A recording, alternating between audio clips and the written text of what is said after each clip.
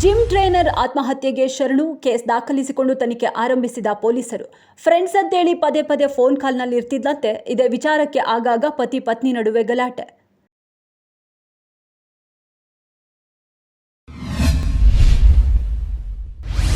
ಆಕಸ್ಮಿಕವಾಗಿ ನೀರು ಎಂದು ಆಸಿಡ್ ಕುಡಿದ ಮಗು, ಆಸ್ಪತ್ರೆಯಲ್ಲಿ ಜೀವನ್ಮರಣ ಹೋರಾಟ, ಬದುಕಲಿಲ್ಲ ಜೀವ. ಇಂದೋರ್ನಲ್ಲಿ ಈ ಘಟನೆ ನಡೆದಿದೆ. 6 ವರ್ಷದ ಮಖಾನ್ ಚಿಕಿತ್ಸೆ ಫಲಿಸದೆ ಸಾವನ್ನಪ್ಪಿದೆ.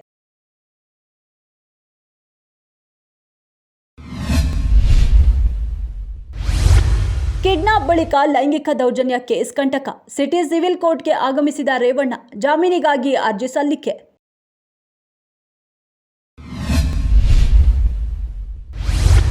ಪ್ರಜ್ವಲ್ರನ್ನ ಹುಡುಕೋಕೆ ಕೇಂದ್ರದಿಂದ ಆಗ್ತಿಲ್ವಾ? ಸಿಬಿಐಗೆ ಕೊಟ್ರೆ ಕೇಸ್ ಮುಚ್ಚಿ ಹಾಕ್ತಾರೆ. ಬಿಜೆಪಿ ವಿರುದ್ಧ ಪ್ರಿಯಾಂಕ್ ವಾಗ್ದಾಳಿ.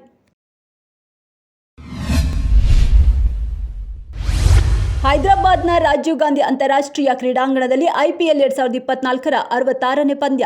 ಗುಜರಾತ್ ಟೈಟನ್ಸ್ ಹಾಗೂ ಸನ್ರೈಸರ್ಸ್ ಹೈದರಾಬಾದ್ ತಂಡಗಳು ಮುಖಾಮುಖಿ.